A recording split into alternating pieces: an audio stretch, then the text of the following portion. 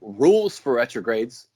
We're hitting you today with an end of the week summary and a little treat at the end, where I'm here with Dave and Chris, and we are bringing you 3 bits of news that we partly covered earlier this week and that we'd like to revisit because there have been developments.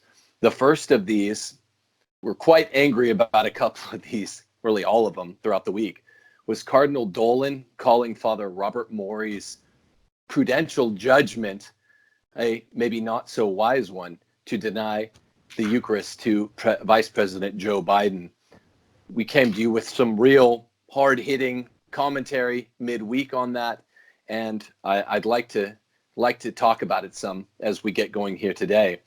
Also, Father James Martin, Dave was swinging for the fences when we talked about this midweek, says that his September 30th meeting was a sign of support by the Pope for pro-LGBT. He hadn't said that when we came to you midweek. And on Wednesday, the day before Halloween, Bishop Krautler of Shamazonian Synod, disrepute, began to argue that Pachamama should be integrated into our liturgy. I repeat, integrated into our very liturgy. He says, and if for many it is a deity, then it was an attack on the soul of that people, right after denying that it was a deity. Dave, Chris, great to see you guys again. Yeah, thanks for having us. How's it, boy? What's up? Can you Chris, guys you're believe looking this extra stuff? hip tonight. Backwards hat. Nice little hipster beard. You look like the brawny man, except if he played baseball and maybe skateboarded. Had a little hair coming through. Yep. West Coast, Yeah. West Coast. Yeah, so what do you guys have? I mean, as far as, I think it's fitting if we start with the issue of the Eucharist in Canon 915, and Joe Biden being denied the Eucharist to his face, apparently for one of the first times in his long and inglorious career as a pro-choice, LMNOP politician. So it's really staggering as a member of the faithful that you have these people who are giving vocal scandal, who are habitually giving grave scandal to other Catholics who see them being integrated into the sacramental life of the church. And this is the first time he's been denied a sacrament. That's astounding. Canon law is quite clear in this. Canon 915, for those of you who don't know, says specifically that those that are persevering obstinately in manifest grave sin are not to be admitted to Holy Communion. And this is scriptural. This is 1 Corinthians 11:27. For as often as you eat this bread and drink this cup, you proclaim the Lord's death until he comes. Therefore, whoever eats the bread or drinks the cup of the Lord in an unworthy manner will be guilty of sinning against the body and blood of the Lord. The body and blood of the Lord. St. Thomas Aquinas says, you don't give food to a dead man, because the Eucharist is our spiritual food. If our souls are dead, if we're in the state of mortal sin, then we can't get the Eucharist. And to receive it, we eat and drink judgment upon ourselves. That's what Scripture says. The Catechism repeats this. It's section 1385, that anyone conscious of grave sin must receive the sacrament of reconciliation before coming to communion. You can't get communion if you're in grave sin. This is the constant teaching of the church. It's rooted in the belief in the real presence itself. So it's despicable that so many of our prelates are too afraid of temporal consequences to put their foot down and to say to these wolves in sheep's clothing, the pro-choice, pro-LMNOP, pro-perversion of every stripe politicians, it's shameful that our clergy will not stand up to them and just say, no, you will not eat and drink judgment on yourselves. It's for your good. We're going to deny you this. And it's for the good of the faithful, because you are in public sin. Therefore, you need to repent of your sin publicly before you're admitted into the bosom of the church, into the sacramental life of the church. Yeah, remember, Cardinal Dolan called this a prudential judgment. That is an error, in fact, not a prudential judgment. The public scandal created by this public status sin means that it is a state of being that any priest or confessor can know certainly that this public figure, ex-president, ex-vice president Joe Biden, has not repented and continues to espouse the point of view which puts him in a state of grave mortal sin. So it's not a prudential judgment. He says, I personally can never judge the state of a person's soul.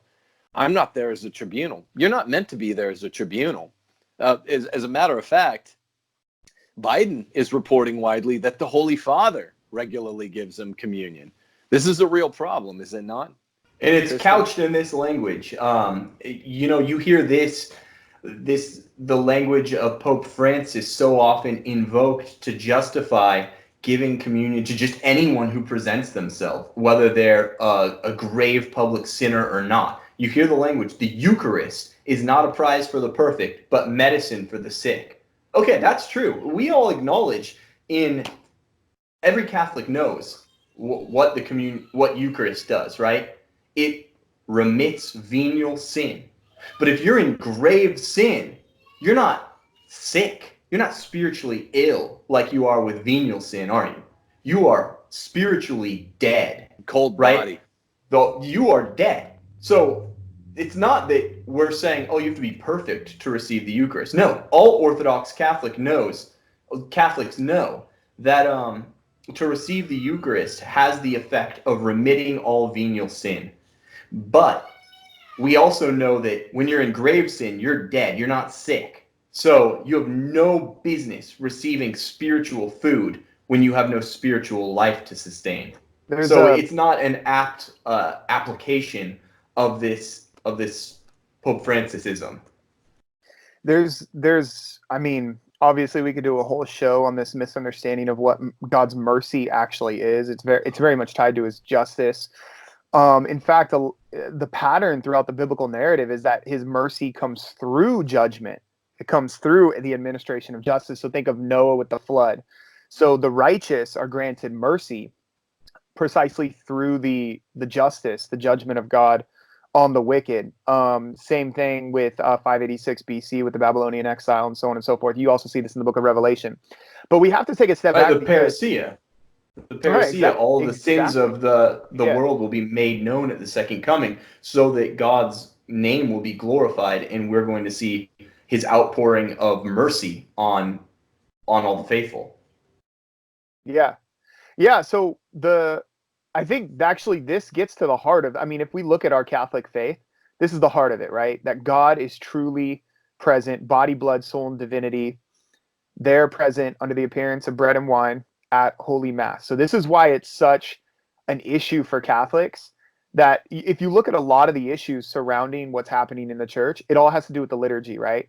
Because it all has to do with Catholics trying to defend the fact that Jesus Christ is truly present in the Mass. That's what it all comes down to. And there is this idea that mercy means that anybody gets automatic access to God's holy presence. And that's not true. And it comes from this idea that in the intertestamental periods, it's like in the Old Testament, you had to go through all of these laws and regulations in order to access God's presence. And then in the New Testament, God went through some sort of like counseling session and he became nicer. And all of a sudden you just have automatic access to God's presence. That's not actually how the story works. Adam and Eve were in God's presence in the garden. They were exiled out of the east side of the garden precisely because sin and God's presence do not go together. Okay.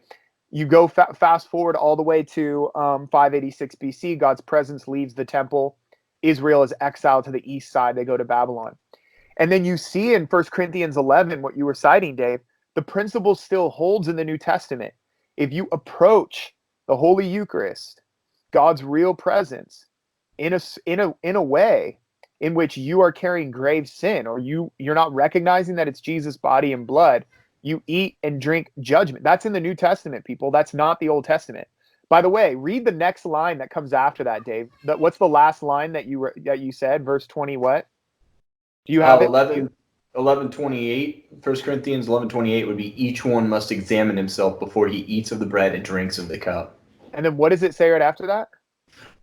I don't have that up right now, Chris, but I Okay, believe sorry. I think where you're going with it is it you're talking about where Paul exhorts people. Some of you have been getting ill and even dying, right? Yes. And it's because you're not examining your conscience that this is taking place. Yeah, that's right. Pause 1 second, because that's really important. Because when you entered into God's presence, if you're the high priest and you have sin on you, or if you're somebody that happens to touch the ark, what happens? You die. Same within Acts, right? Notice, this is not me. A husband. Go ahead. Yeah. No, this is not me. This is not canon. Because a lot of times we Catholics want to go to canon law, but the strongest language is in Scripture itself, which is far more authoritative. It's actually inspired. And not saying the canon law is not, but every word's inspired by the Holy Spirit. Paul says that the reason why some people are getting ill, I don't know if he'd say cancer or whatever, you're getting sick and you're dying, is because you're eating the Eucharist in an unworthy state without discerning the body. That's staggering. Could you imagine saying that to someone today in like your local, parish or something, that saying, well, you're getting sick and it seems like way over the top. But the point is that Paul knows how the story works. Paul knows that by eating Christ's body and blood, you're eating the real presence of God there in front of you. And so if you touch it or you eat it and you bring your grave sin or you bring your unbelief to it, it ends up being a judgment for yourself here in this life, physical life, and spiritual life in the next. I mean, could you imagine reading that for the first time, a letter that Paul sends you? If you're at the church in Corinth, you're like, seriously? Well, this is why a serious issue. This is why, on TNT, we coined the term justice mercy. Justice and mercy have been extricated from one another. They're mutually constitutive, right? In the Old Testament and the New Testament, that's the only way to make any sense of the idea that God has this justice that at times is the bottom side of the coin, which is his mercy, and vice versa. We called it justice mercy. God's justice is there present on the foot of the mountain when the same mountain of mercy where in the Old Testament, if you touched the mountain, they fenced it off, right? When Moses is up there, you will die. Actually, I had it lined out nicely for this evening. These 3 news items. It's the principle of justice itself that is being subverted in the Martin story when he talks about his September 30th meeting was the sign of support for the pro-LGBT work. It's the principle of an Aristotelian type of justice, equity itself, at work when Cardinal Dolan says that this calls this a prudential judgment. It's just a false theological concept. And it's the virtue of religion that I want to talk to you guys quickly about with Pachamama, introducing her into our very liturgy. There's one quick thing about these 3 ideas: the principle of justice, equity, and the virtue of religion. They can only be conferred by men. These are masculine property. We have a special show tonight because at the end of our show, we have this dynamite interview with Mr. Buster Douglas himself. We talked to Buster a bit, not about the virtue of religion, right? That's a little maybe ultra vires in terms of he's not a Roman Catholic. But in terms of the principle of equity, the principle of justice, both of these are virtues, and they're being subverted badly because what has been subverted more in the church, according to us here on Rules for Retrogrades, than the principle of masculinity. So I want to talk about Father Martin, and of course the LMNOP agenda being pushed and allegedly endorsed by Pope Francis. We also, Dave, you were a bit TO'd earlier in the week, and people like your belly fire. A little TO'd. It's not a full body shot. Could I say something real quick about that? Now, about the virtue, the virtue of masculinity, and the virtue, and then bringing in God, the point that I was making about God's presence. Adam was given the command to guard and to keep the garden. Old Testament scholars will point out that those words, guard and keep, are abodah and shamar. They're only used one other time in the Old Testament, and that is to describe what the priest is supposed to do in guarding access to God's presence. That is, do not let sin into God's presence. And then that follows the priestly tradition all the way into the New Testament, to where the 12 apostles, the bishops, are in charge. They're charged with protecting God's presence from sin. And that's why they're given the power to forgive sins. Whoever has the power to forgive sins has the power also to bring down God's presence. And that's because in order to get access to the Eucharist on Sunday, you got to go to confession on Saturday. So the priesthood, which is the ministerial priesthood, which is properly masculine, that's the role. The role is to guard your house from an intruder entering into it to get to your family.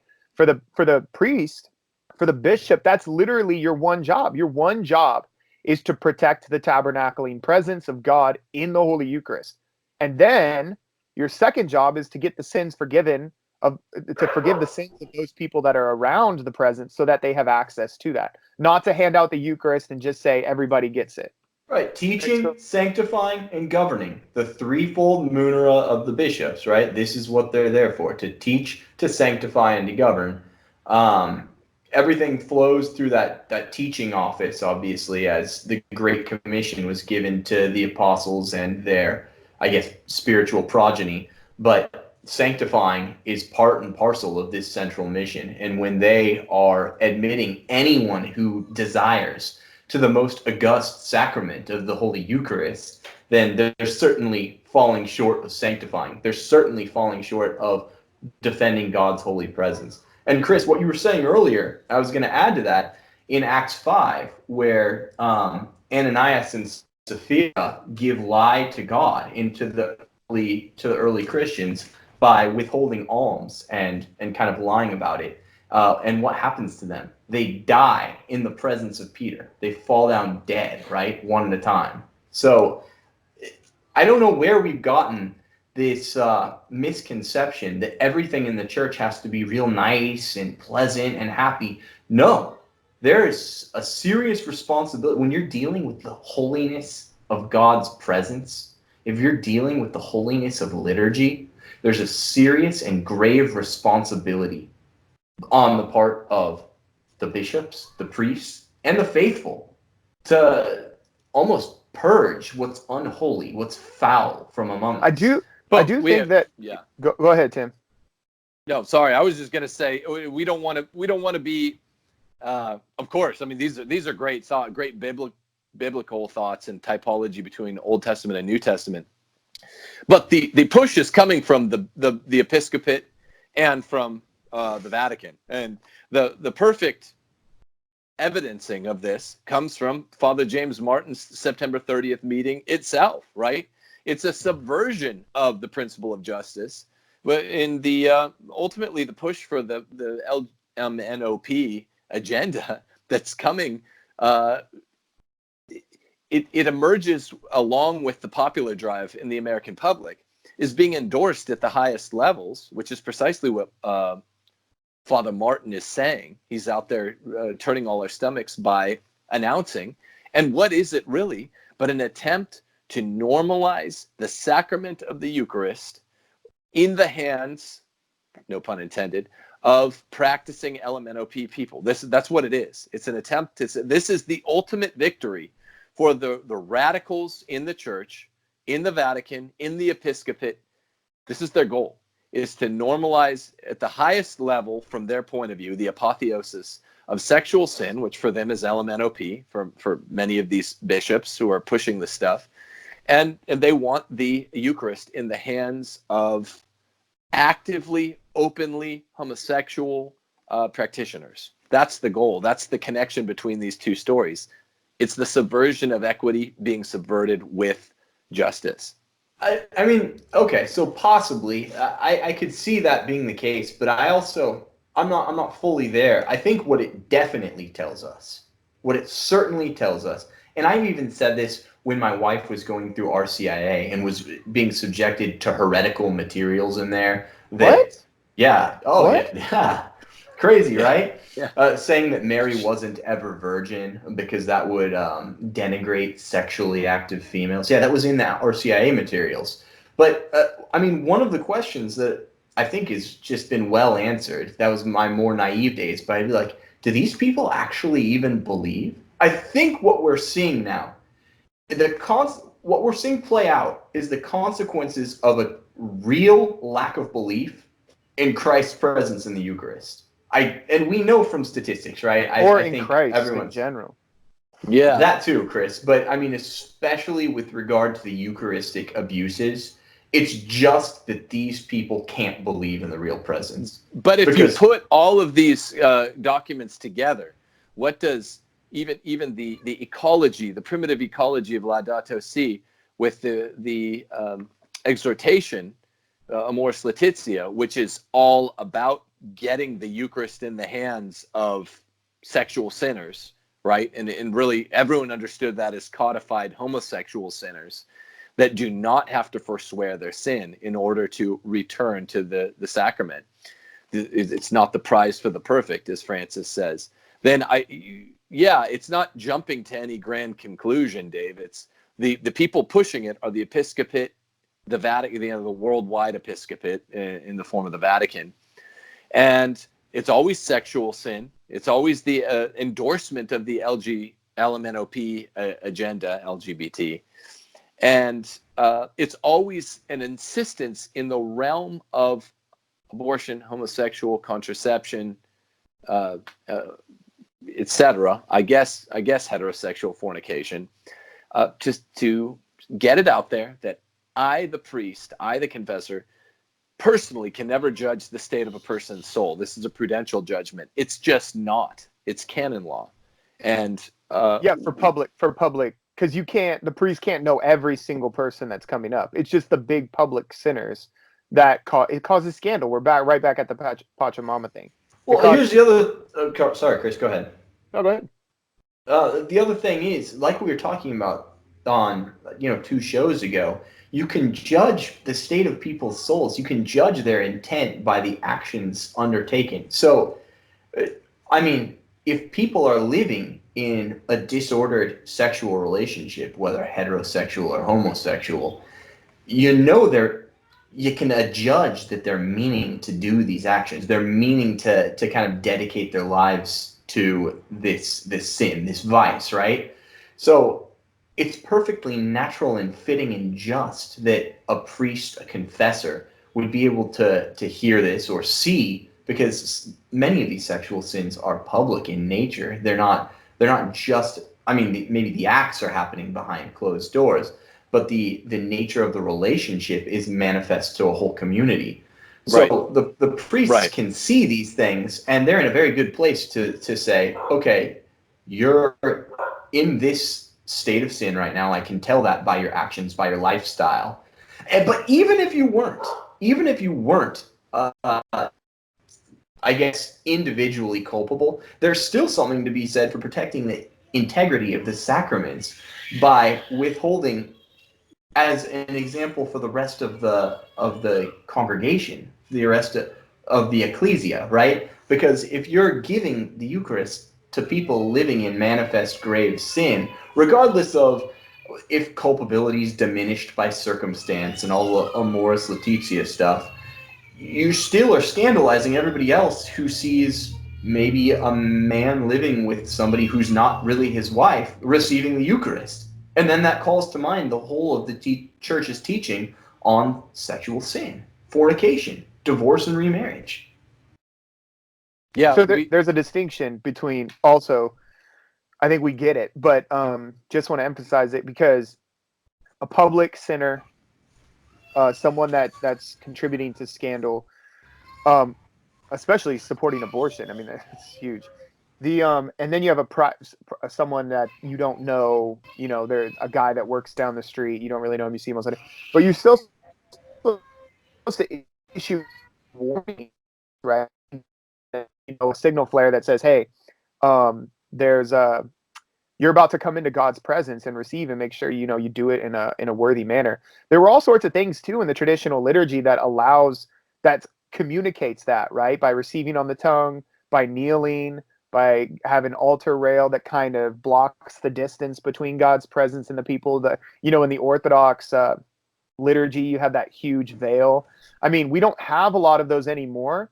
So therefore, you have to kind of warn the people, like, hey, make sure you guys are in the right state. So if you're not judging, you have to, yeah, make sure that you're not contributing to scandal, but you also have to send the signal flares, like warning shots that are like, hey, guys, make sure you're going to confession and preparing yourself for this.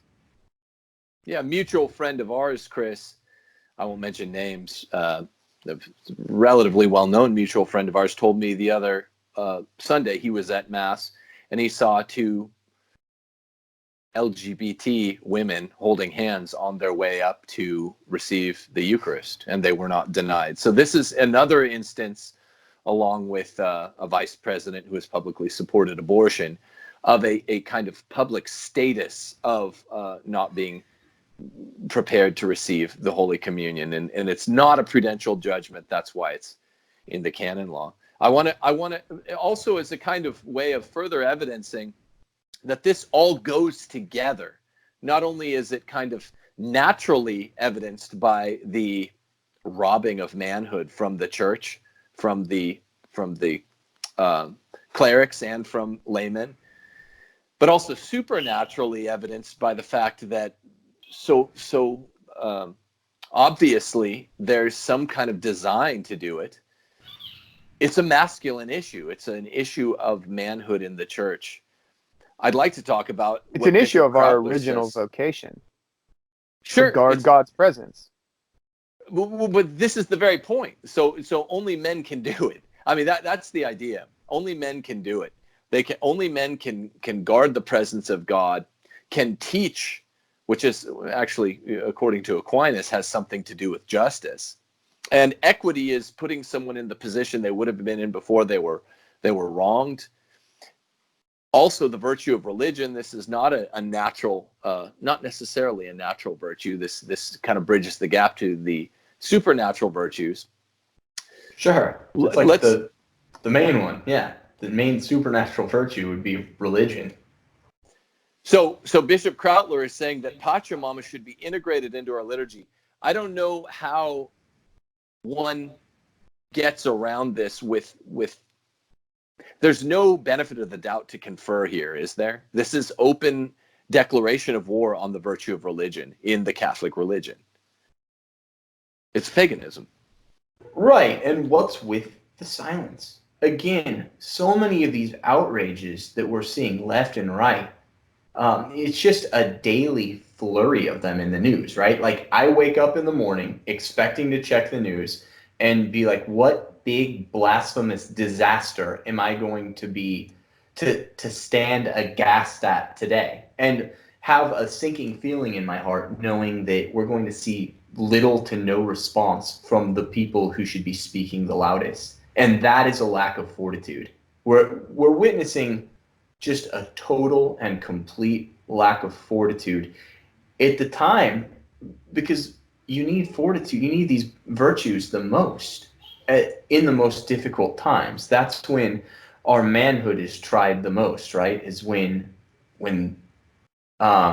things get rough, right? When the going gets tough, the tough get going, as the saying goes. What we really need is fortitude, and we're seeing a total and disgusting dearth of it in the church. Actually, on that note, let me read what the Catechism says about fortitude, just for the benefit of our viewers.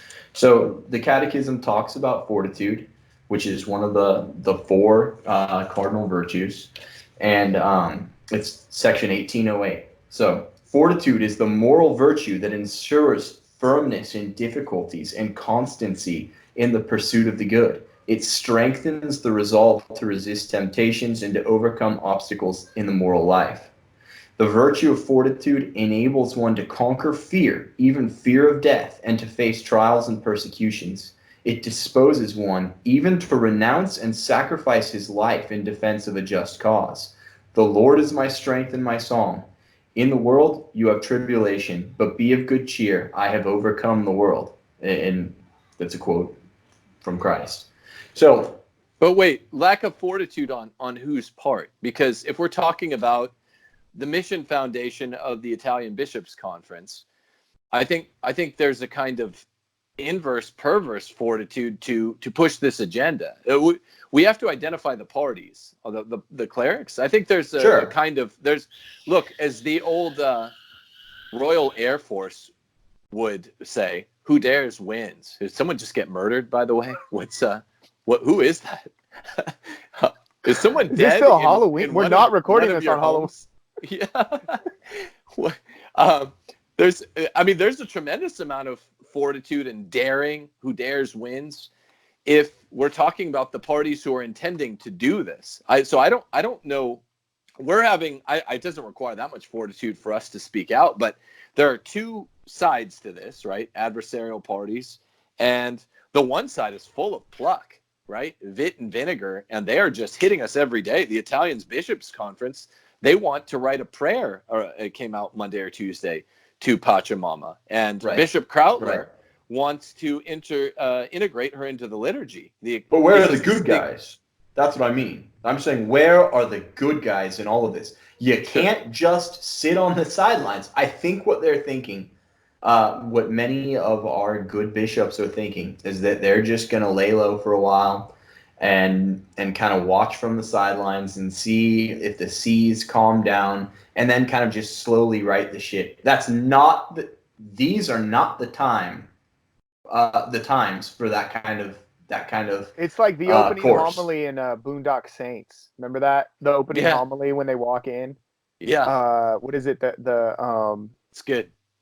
The real evil, or it's when the good guys. Sorry, there's a fly flying in my face. So if you guys see me like this, it's because I'm telling you, these flies. I got the Venus flytrap behind me after the last episode with the flies like attacking me. I thought that was it. Can we see that Venus flytrap? And is the Venus flytrap? Who's doing the screeching? Oh, there it is. I think that might be your child. That's one of your guys' kids, because mine are in bed. Yeah, no, I need one of those bug zapper. Bud Light Presents the Bug Zapper Inventor guy. You guys remember those? Bud Light Presents? Yeah. The Real Men of Genius? Yeah, I didn't see that particular one, but the Bug Zapper Inventor. Yeah, I need a Bug Zapper for inside my room. Anyways, so did Dave. And my point, I totally forgot what were we talking about? We derailed. Opening homily from Boondock Saints. You're saying for good men to sit idly by and do nothing is some sort of sin. But that's the point. We're begging the question by calling them good bishops. I don't even know who we're talking about. It seems to be an empty set. At this point, with this heightened status of the open apostasy in the church, right? Paganism introduced into not only the Vatican, but now prayers, and Pachamama should be integrated into the liturgy.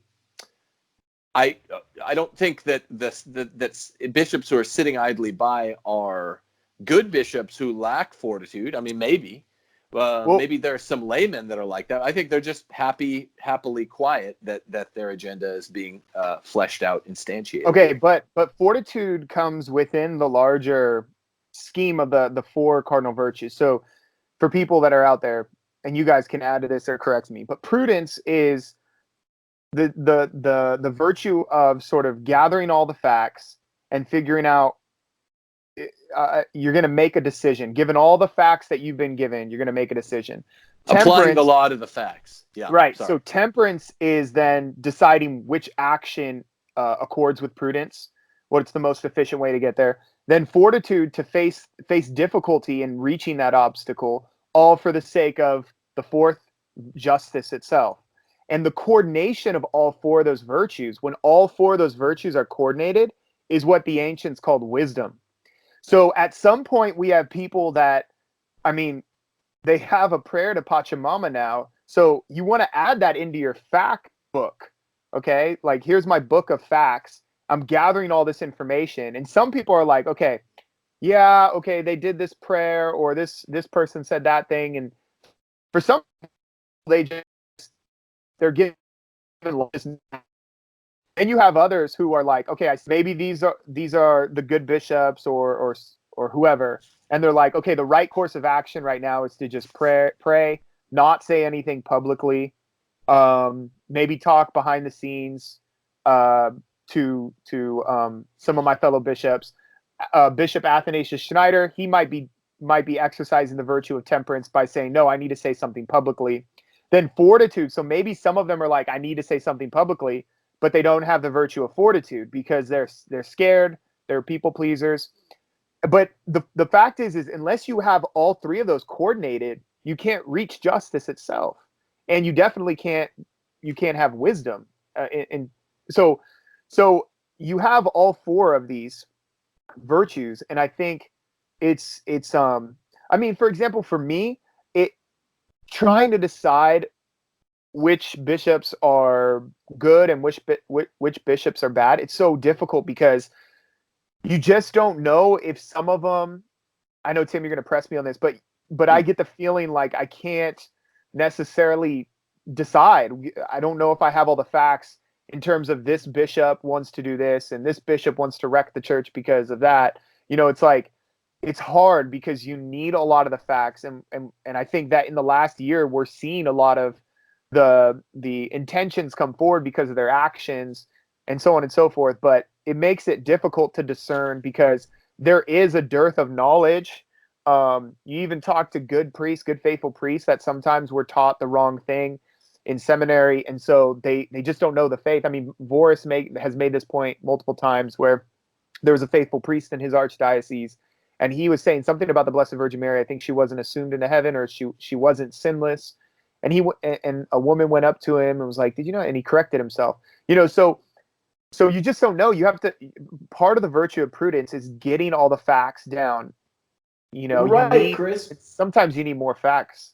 That's true, maybe for the laity and for priests, but I think what's going on is the bishops who actually can help solve the crisis in the church, they've set for themselves an impossibly high standard by which they can begin to adjudge the bad motives and the ill will of some of their confreres, right? Because there's no way you can be sneaking in naked, hideous wooden idols into, you know, Vatican City, into these great cathedrals, and be performing religious rites in front of them and bowing down to these statues. I think without some people have a high standard. I do. Okay, but so the silence, it's just an out for these bishops, for the good guys, you know, it's just an out. Be like, well, I don't want to come to rash judgment. The term rash judgment is so frequently abused by feckless weaklings to judge, because no one just comes out and is like, yeah, I'm a weakling. I'm going to wuss out. I'm going to renege on my duties. I'm going to default on my duties to the faithful. They don't want to do that because then a man can't sleep at night because his conscience keeps him up and bothers him. So they have to couch their weakness as strength and be like, I don't want to come to rash judgment. We're past the time for plausible deniability of goodwill in some of the upper clergy that are foisting some of these abuses on us. You can't bring an idol into a church and be like, we're of goodwill. You're just misunderstanding me. The problem is that it's so unequally allocated, this fear against rash judgment.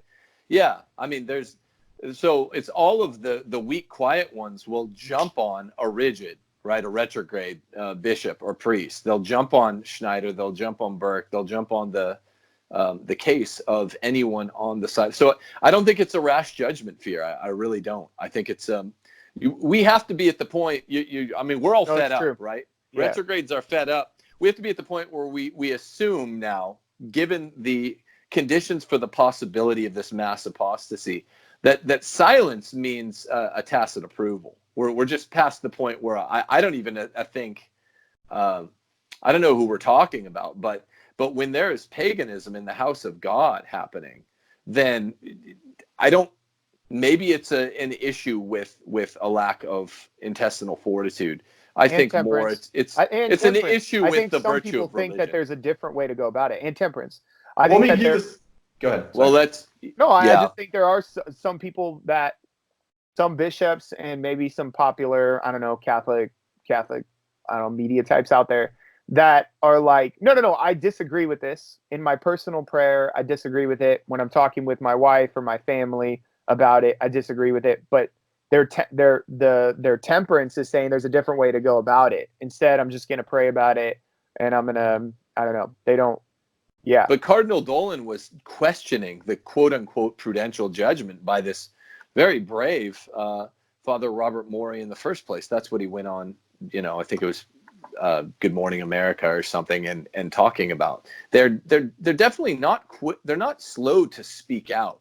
It's the object of their scorn that is the opposite of what we'd expect it to be. It's usually the good guys. And they're, slower basically never to anger with the bad guys. So, I mean... Wait, let me jump in real fast, because I think I heard an anecdote before on good authority when I was working in an apostolate of how these things work. So I think there's there's substance to kind of my hypothesis that people are being timorous. They're being timid, right?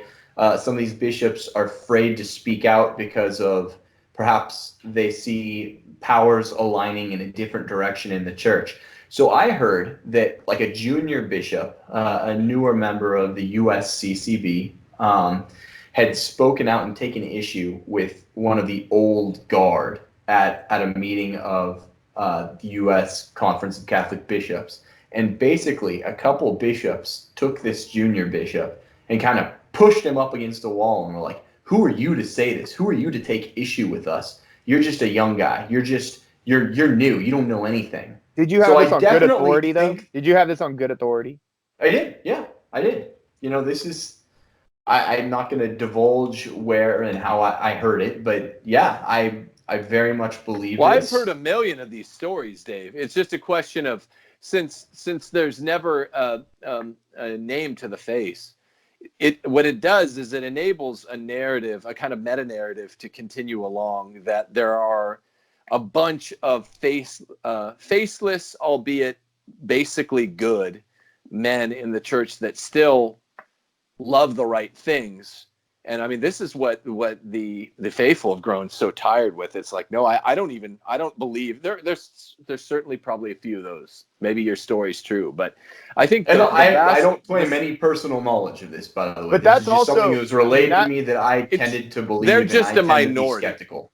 They're a minority. That's all. No, but saying. I think his point is good, that the USCCB almost it feels like it needs to be disbanded. Like, right, because bishops are sovereign in their own territory. Another bishop can't tell another bishop what to do. He could push him up against the wall or whatever, but I do think there's pressure that is placed. Of course. So and there are groupthink is powerful. Groupthink is a very powerful phenomenon, right? And when you get people together and you see, it's a pack dog mentality, right? You don't want to be the lone wolf taking on the pack, or even if you're not the lone wolf and you just have a few other like brothers out there, it's hard to be those guys because you're going to earn the ire of everybody else, and your career is going to be shot. You're going to be demoted. You're going to be attacked. You're going to be thrown under the bus, right? These are serious, they're serious concerns, and nobody wants to be a martyr, white or red. You have to be, but nobody wants to be, which is why I connect this directly to fortitude. Let's just say this, though. Okay, because we got to move on. But let's say this.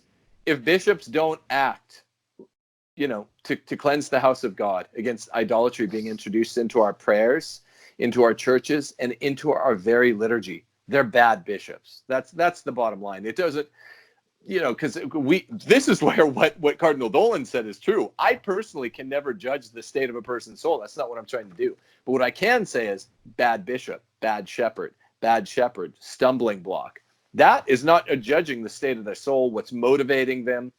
Certainly there's a lack of righteous prudence. There's a lack of righteous commitment to justice. Remember, these are the two of the four cardinal virtues that Aristotle and Thomas called the ruler's virtues. And that's what we're talking about here, is the rule, the kind of patriarchal rule that rightly ordered does serve this function that Dave and Chris, you opened with. It's protecting the house of God so that teachings may be made clear for the flock. And so what we can say is bad bishop. We no longer, that's all I was objecting to. I agree with every other bit there. It's just, if you're quiet during paganism, bad bishop. It's as simple as that. can we close with just an exhortation? Encouraging our spiritual fathers. You don't need to set such a high bar for when you know the time has come to act. It's not imprudent to speak up, having given 5 or 6 years of the benefit of a doubt to a given pontificate. It's not imprudent to see guys who have habitually kind of rolled over or taken the wrong side on things. I'm talking about the Cardinal Supiches, the Cardinal Dolans, where to bring them, to go to them as a brother and correct them. That's not rash judgment. The time for fraternal correction has long since come. So you're not guilty of rash judgment. If anyone out there is listening to this, please go to your brother bishops, affirm them in the faith, and help them to get their backbone. We are in dire times, and the faithful every day, I know you guys feel it. I know our listeners can feel it. You wake up with a sinking feeling in the pit of your stomach, like what damage is going to be done to Holy Mother Church today? And it was almost like during the Obama presidency when it's like, oh, please, I wonder what the bad news coming down the pike is now. How much of this can America take structurally? It's like, just let it pass. We can't just do that with the church. Too much is at stake. Republics rise and fall all the time. With the church, we only have one, our mother, and we have to protect her. That's right.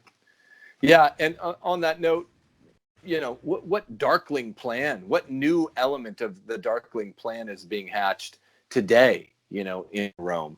What new element of the darkling plan is going to be implemented in, like, South America as a kind of hollow out principle for destroying some new attack point within the sovereign church? Tim, I thought of a great analogy. Sorry, I thought of a great analogy for this. It's like everyone's had the stomach flu, right? You guys know the feeling of you have like breaks in between periods of retching, right? So, we've had kind of ups and downs in the past few years. We've had the first synod, and then Amoris Laetitia, and then things kind of cool down. So after you've kind of purged yourself of these toxins, then you cool down, and the toxins build up in your stomach again, and then you have to go when you're sick and you retch again. We can't just be like resting and taking it easy during the periods of rest between retching. And that's what we're at now. We just came full force into like a sickness at this Amazon Synod. Now there's going to be the given like 6 months to a year of downtime. We can't just take it easy and wait for the next bout of vomiting to come forth. Sorry for that's just the best analogy I could think of. And hey, this last week I've had 3 sick kiddos, and so I know exactly. I'm thinking about them right now. Right. Yeah.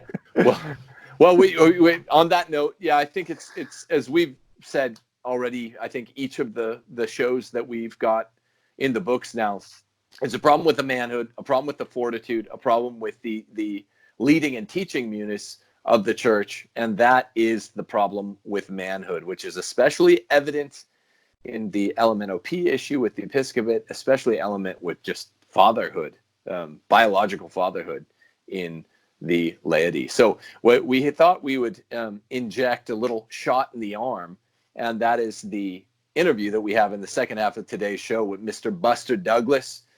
Dave and I were excited about this one, especially, because we followed Mike Tyson 37-0 being knocked out by Buster Douglas all of our lives. More than half of my life, it's been considered really the biggest single upset in the history of sports. So we have that today. We did it yesterday on Halloween, so this is in reverse order, and we're pleased to bring you that now. Anyway, we're gonna sign out here. Chris, did you have any last thoughts or what? Nope.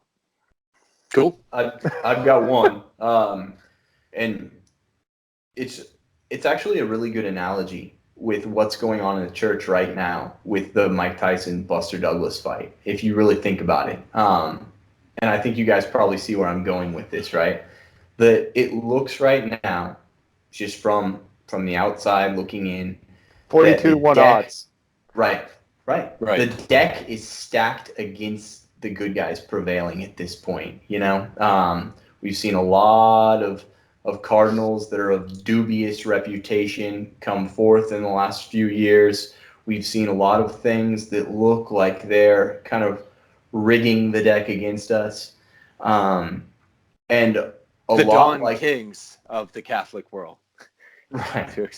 So, and we're the Buster Douglas. That's what the church is, because Christ is going to be with us. Christ will be with the church. He will be with his faithful. But we're the Buster Douglas right now. We're looking at long odds of knocking out what's kind of been ingrained in the church as this lurking behemoth, this Mike Tyson of unfaithfulness, of apostasy, of heresy, of heteropraxy, right? Of heterodoxy.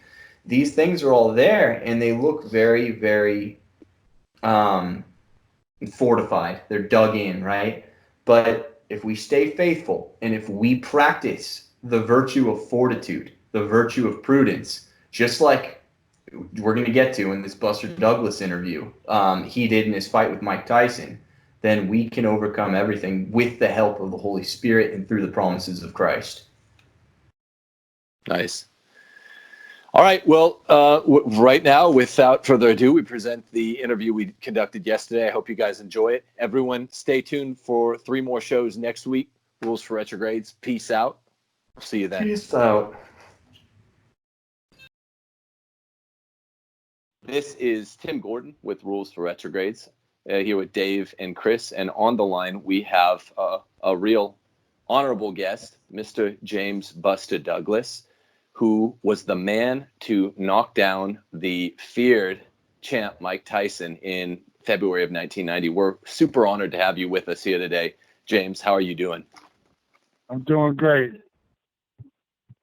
Do you realize, for preliminary question, that I think there's a real cottage industry in inspirational speaking? You notice, like, Tyson Fury is out there doing this.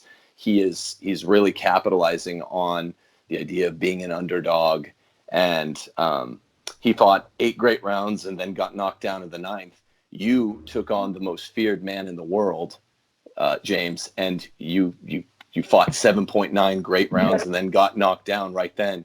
Could you inspire people with a little bit of what you told yourself going into this fight with Tyson, and then what you told yourself going into that beautiful 9th round of fighting to get up and to fight with all the circumstances against you? We'd like to hear it.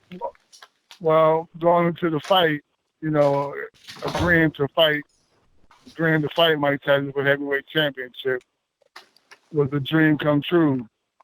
I had my first opportunity was in 1987. I fought for a portion of the title, the IBF title, in Las Vegas, Hilton, against Tony Tucker. And that itself was I lost the fight with the 10th round stoppage, but it made me even more determined to fight and train harder to get another opportunity to fight for the heavyweight title. And 6 fights later, I got a call that I got a ranking to number 2 ranking to fight for the title again. I was super excited, even more so than I was the first time when I fought Tucker. But I felt more focused and more determined to take advantage of my opportunity to fight for get an opportunity to fight for a title again, because this is like a childhood dream for me to become the heavyweight champion of the world. It was something that I dreamt about as an amateur fighter from 10-year-old, and failing the first time made me even more determined. So this time it was like I felt really good and even more positive than I felt going into the title fight the first time, the portion of the title the first time.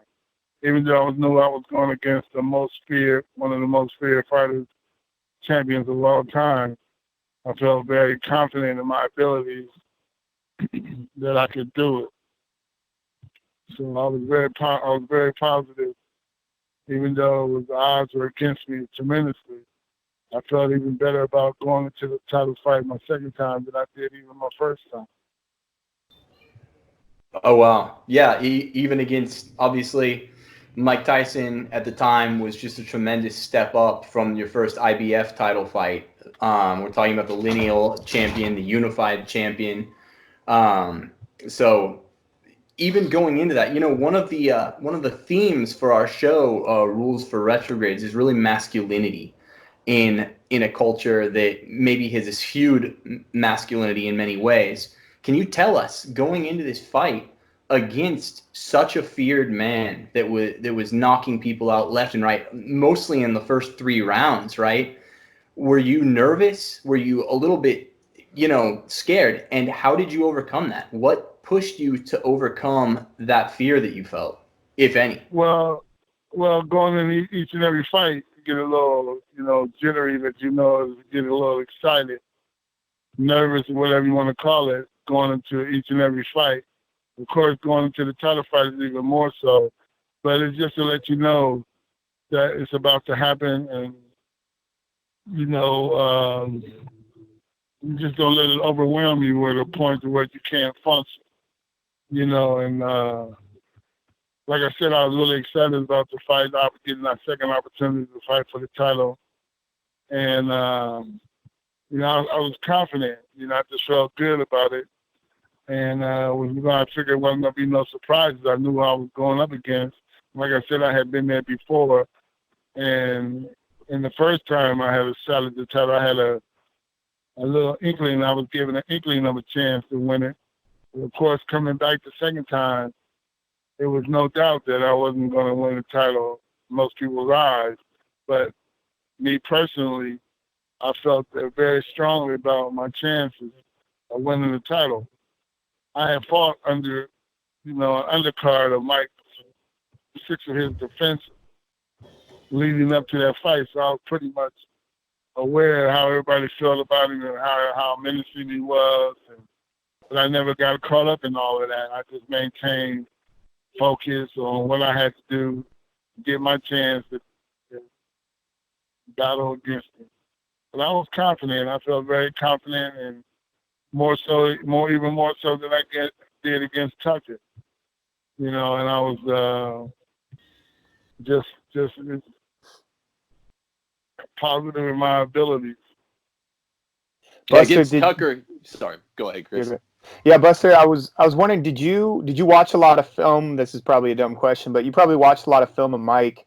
Did you what advantages did you feel like you had? Were there patterns in his that you were seeing in the way he fought that you feel like you had that you said you felt like you had an advantage? What were some of those advantages you feel like?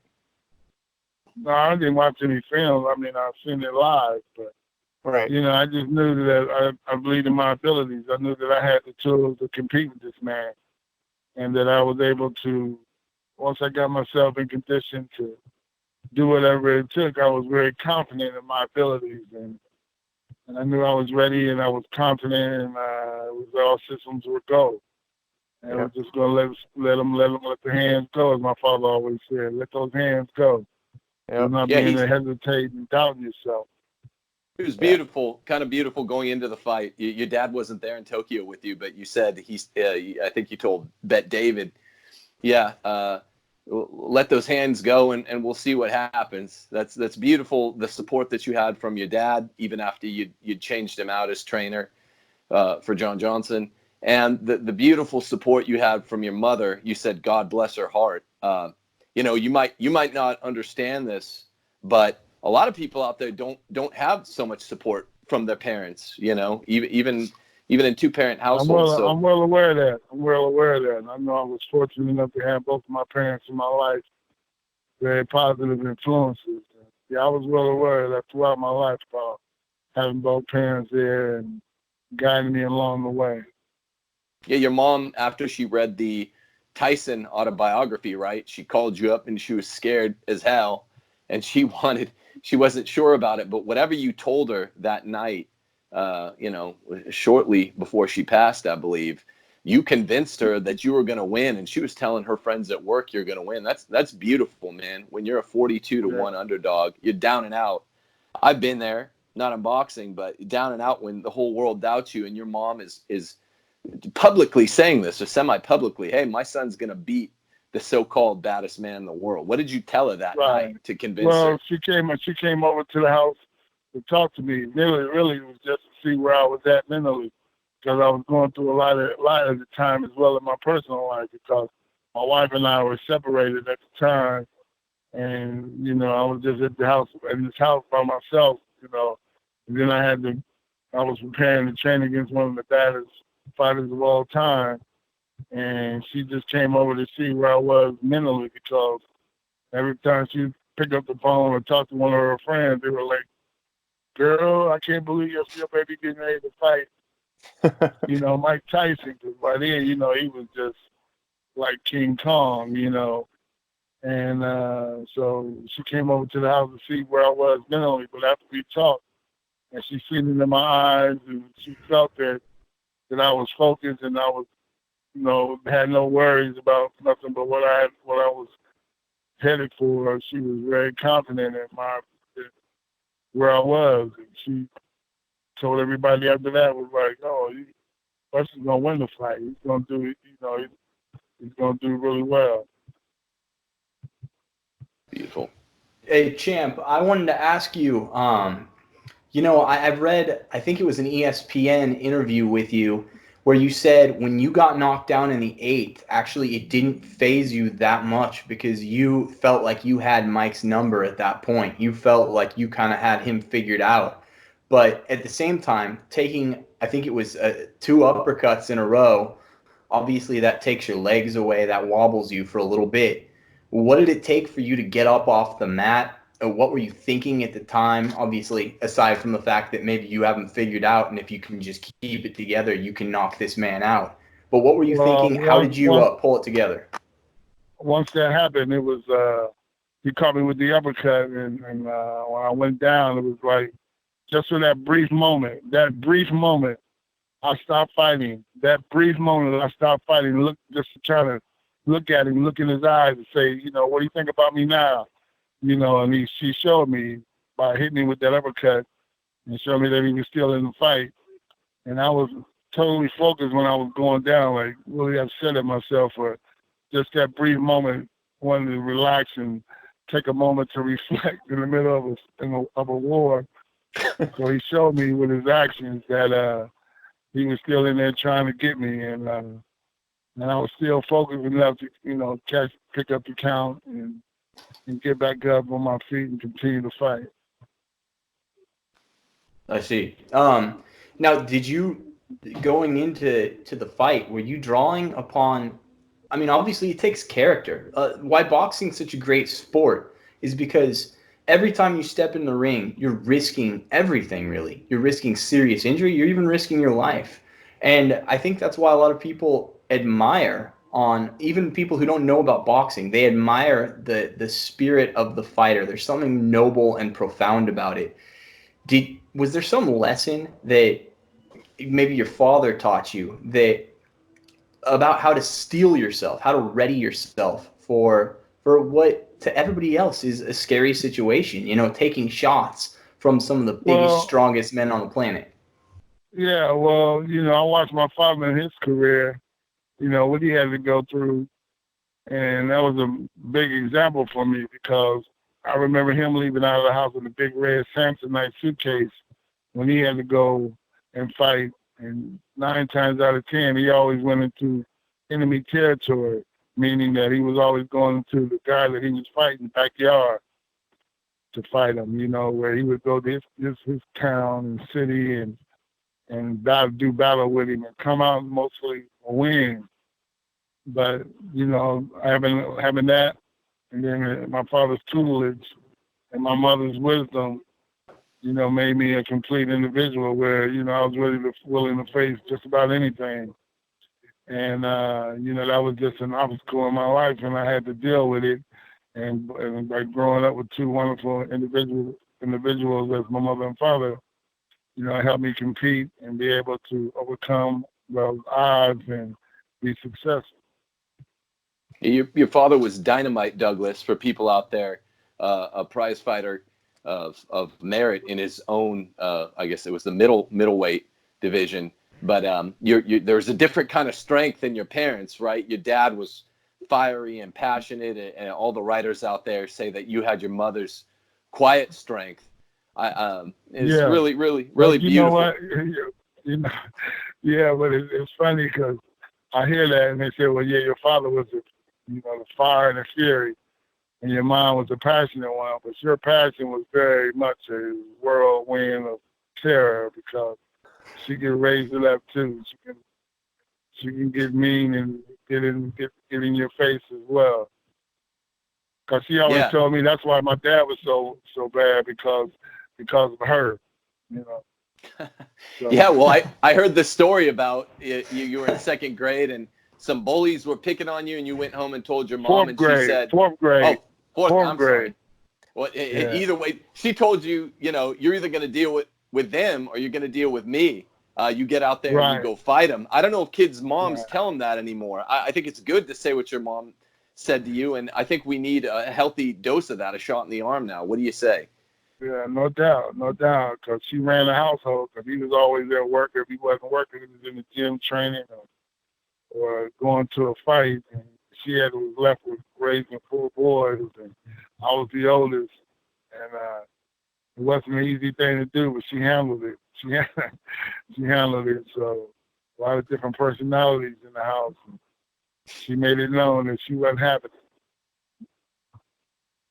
Yeah. So a lot of people talk about that 8th round knockdown.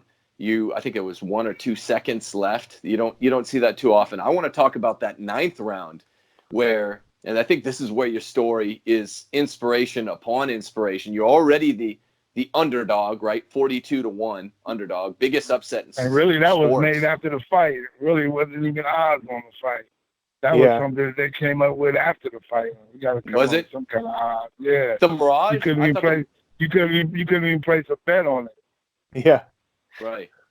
Well, so what did you say? I mean, but then you get knocked down, and people were all, I guess, saying, okay, it took Iron Mike, 7.9 rounds to get going, but this is what was fated to happen. So what's super admirable, beyond just you walking into the ring and taking care of business with that stiff jab, keeping him at bay, you kept shoving him off, which I thought was genius after every time you guys were locked up, was he knocks you down, then you come back and fight what Tim May calls the best round of heavyweight fighting of all time in round 9. Round 9 is the beauty, not round 10 where you knocked him out.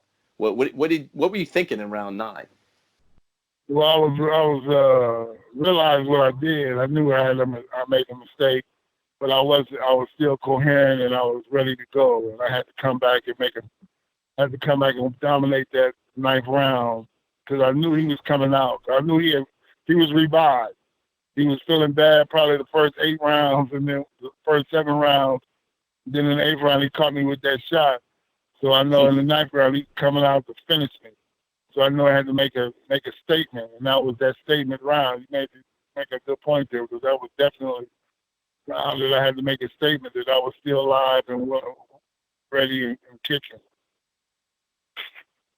You made it. That's right.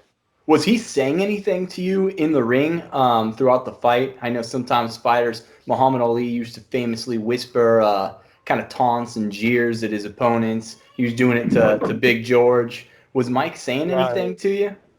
No, that's a no-no. Ali got his jaw broken running off his mouth like that. And, that's something you don't want to do. Let your hands do the talking, champ. Yep. Right. No, I don't talk. Yeah. And coming out of this fight, obviously, I think you don't get enough credit, as it were, because you come out of fighting Mike Tyson and you have to jump into a title defense against another all-time great, right, in Evander Holyfield. How did you feel about that? I know he probably hadn't cemented. Well, I felt good about it because I wanted to fight Evander.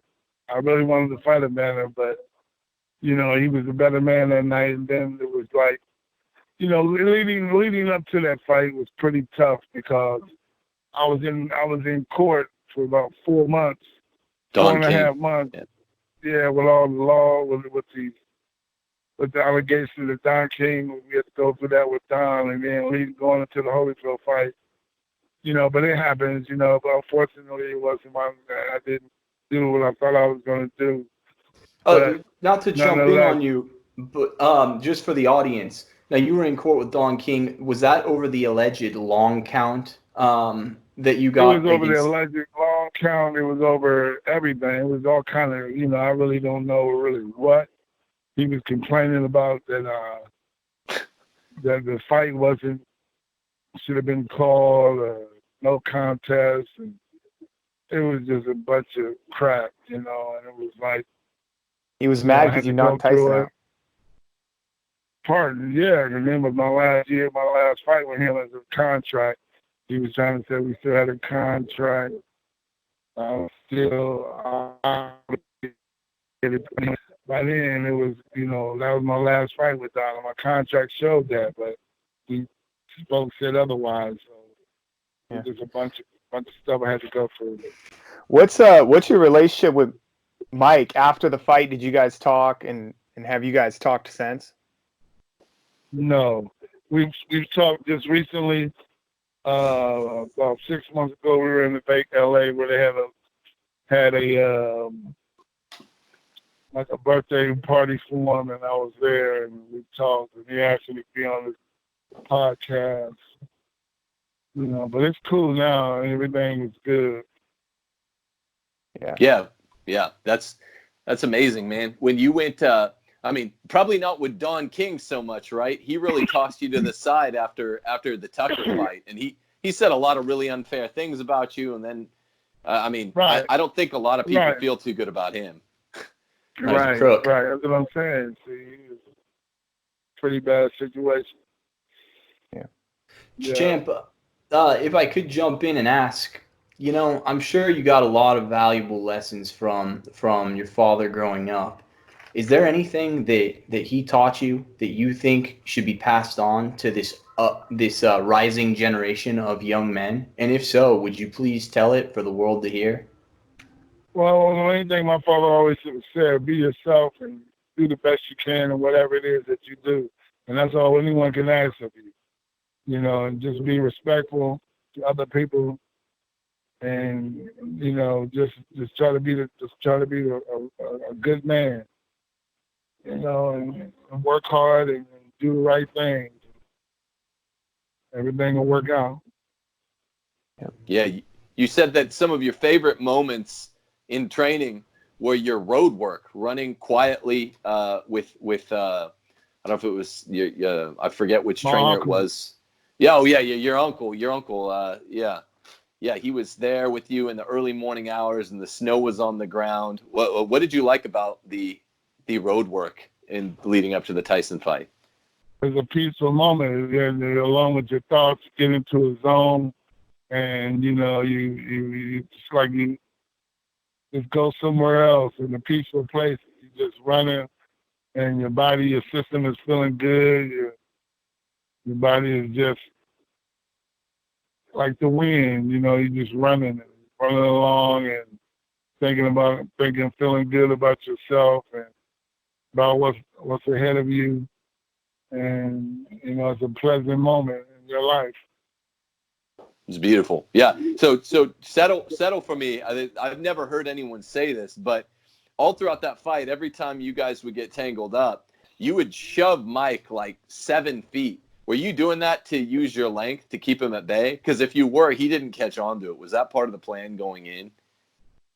Just pushing him back, showing muscle. Yeah. You know, showing his strength. Yeah. You know, making back up. Because he wouldn't back up if he didn't. He would stay right there. The referee wasn't saying that as far as, he always say, break, step back.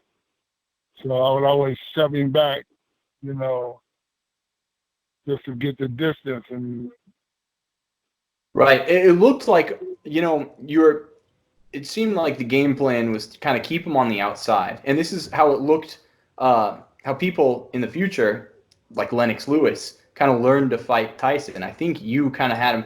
You kind of were the first to put together the game plan, even not just the first to be successful with it, but it looks like you were the first one to actually have the idea of kind of keeping him at bay with the stiff jab, and then when he steps in, kind of countering him.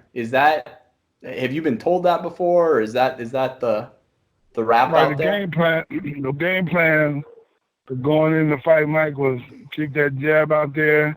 You start with a quick jab, hitting with a power jab, mixing up, and, not going straight back, giving him angles, because standing in front of Mike, he'll kill you because he'll leap right into you, and you going straight back. It's like not getting out of the way of staying on the train tracks, but just backing up, and eventually that train's going to catch up with you. So I was giving him angles, stepping to the left, stepping to the right. But not only stepping over, but I was hitting him with good shots. With hooks, wearing right? him down with hooks and up and straight right hands and straight power jabs. Right, and it was the straight right that actually took him down, was it not? I believe that's my recollection, is you hit him with the straight right, and that's what eventually... Eventually, the right hand was the one that took him down, but it was an accumulation of punches, though, because Sure. what I was hitting him with in the first round was what I was hitting him with in the 10th. Yeah, you said fight, You thought he was getting up, didn't you? After you threw a flurry of, I think, 5 punches, you followed your dad's word. You let your hands go. Yeah, I think it was a flurry of 5 punches. You knocked him down. You said you thought he was getting up until you saw him discombobulated looking for his mouthpiece, and then you were like, right. what did you think? Holy cow. I knew it was over when I seen him reaching for that mouthpiece. Because he was coherent, he would have just got up, knowing the referee would have took extra time to get the mouthpiece and then get it put in his mouth. But when I seen him reaching for that mouthpiece, I knew he was hurt. That's right. I was like, oh my gosh, he's hurt.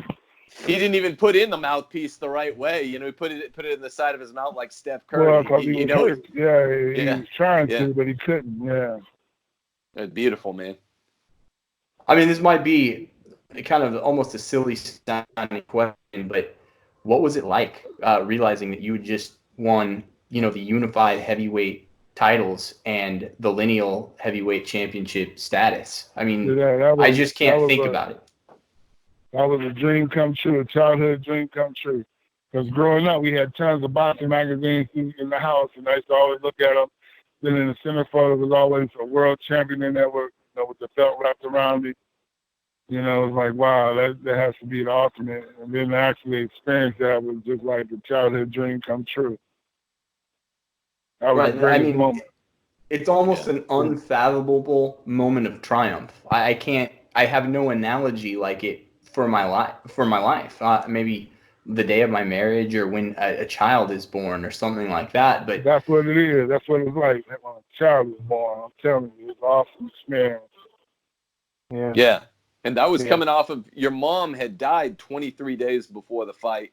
When you described her as your best friend. I mean, did that just steal your wool or what? You did it for her in there, didn't you? Well, yeah, that was most definitely a big motivation because her whole world would have changed after that.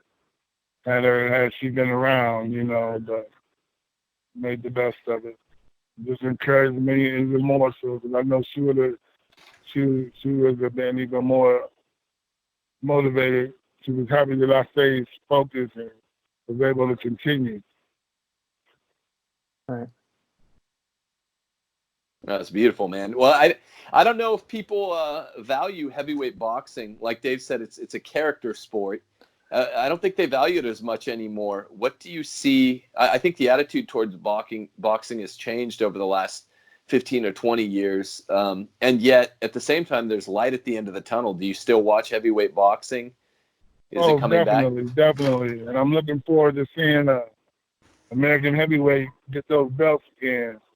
Wilder has one of them, but, and then I like the kid now, Ruiz. I think he's a going to be a great champion. I think he's going to beat Joshua again as well. Yeah, so the heavyweight division is getting really interesting again. Me and Dave are brothers.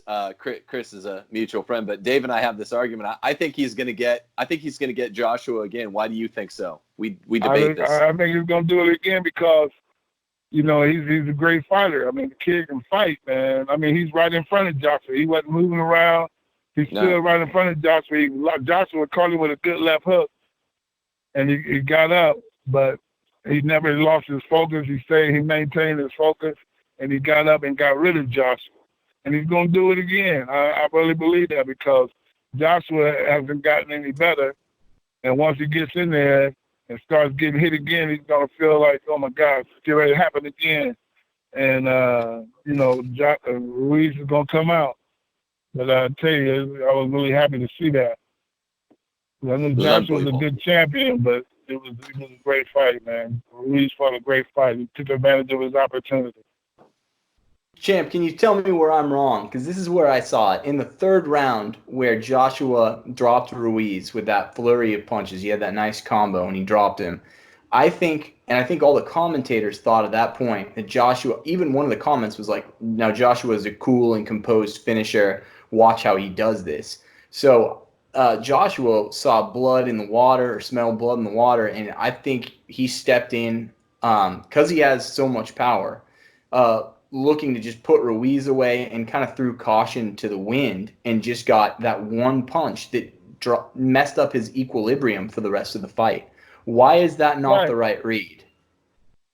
That was a good. I mean, Joshua isn't like a really good finisher. He showed that in that fight because he had Ruiz hurt, but he couldn't finish him. He's like a knockout artist, as if one punch type of deal, and hurt a guy. The guy can't really if a guy has a little bit of mobility, he can't finish him. He can't put together the combinations to get him because it's even harder to get a guy once he's hurt. After he gets hurt, buzzed, knocked, gets a little discombobulated because he's more elusive, because he's not in his right mind, so he's doing stuff that he normally wouldn't do. And you have to be really sharp, pinpoint accuracy to finish him. And Joshua doesn't have that skill set. He showed that in the first fight. When he had Ruiz down, when Ruiz got up, he couldn't finish him. When Ruiz had him down, Ruiz continued to finish him, kept putting together combinations time and time again, and kept dropping him. That's why he was able to finish Joshua. I mean, he really hurt Joshua and kept him that way. Ruiz's counter punches are a lot like yours. You're a good counter puncher too, aren't you?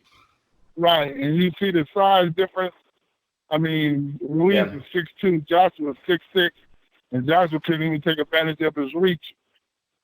I think Ruiz is going to end up being undisputed here in a little bit because it's definitely going to be a battle between him and Wilder. He might get Wilder even quicker.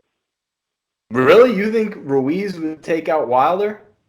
I think Ruiz can end up undisputed heavyweight champion of the world. Wow. Okay, you heard it here first. Yeah. That's a big prediction. So I assume you're well aware of Tyson Fury versus Deontay Wilder. You think that Wilder's going to get it done this time against Fury? Well, Wilder has King Kong Bundy, right? I mean, he fighting the Cuban knight. Ortiz. But so it's a mandatory that he fights. What's his name? Tyson Fury. Tyson Fury is February 22nd. Tyson Fury. Okay, that's already set up. Oh, okay. Yes. So after Ortiz on November 23rd, I believe, then assuming he beats Ortiz, which that's Ortiz is no slouch, as you know. If he beats Ortiz, then he's got that fight with Fury. If he gets through Fury, then he's going to try and unify with the winner of Joshua Ruiz. Do you think he'll come through Fury okay? I think so. I think he'll come through Fury okay. I think Fury's going to be probably better shape, but, he's supposed to be wrestling next, though, isn't he? Fury? Yeah, he's talking about it. Yeah. Oh, he did it confirmed? I thought it was confirmed that he was doing a wrestling match or something. Is it convert? I just saw it earlier this week, and I thought, what the hell is he doing? Yeah, I mean, get those belts and go. We like Fury in our household, but it's a good return for heavyweight boxing. I miss the days of my youth watching you guys. Yeah. So it's really good. I mean, I wanted to ask you this about the Tyson fight. Did it piss you off that he didn't even bring any end swell? Did you not know until later that he didn't? They were cooling his face with a rubber glove, man. Hey, I didn't know nothing about that, but that's his camp. That's him, this kid. Stupid. He really thought nothing, yeah, that was an unprofessional job there, wasn't it? The dumbest thing I ever heard, man. Going up against a 6'4" monster with 6'11" reach like you that had coming off 6 wins in a row, and to not even think to bring a frickin' Enswell. It's ridiculous. Yeah, they're pretty confident in there. Yeah, God first makes proud those he condemns, right? I mean that Tyson knows that now if he didn't know it back then. Well, it's probably his management, right? I mean, I don't think that would be even on Iron Mike. That would be on the whole on his team, though. Corner. Yeah, that's the corner. Yeah, that's the training. Training. It's part of his setup. Yeah. Well, beautiful, man. We really appreciate your time, and we're actually. I enjoyed talking to you guys. You too, Yeah, man. thank you so much for thank you. Blessing us with your presence. It means a lot. Like I said, I know me and Tim have talked about you for years, and you did great things in the sport. So we really we appreciate it, and we really admire you as an athlete. Yeah, you got a beautiful story. Sometimes I watch some of your interviews, Champ, and I don't know if you know what an amazing story you have. I mean, you're saying, yeah, maybe a movie will be made about it.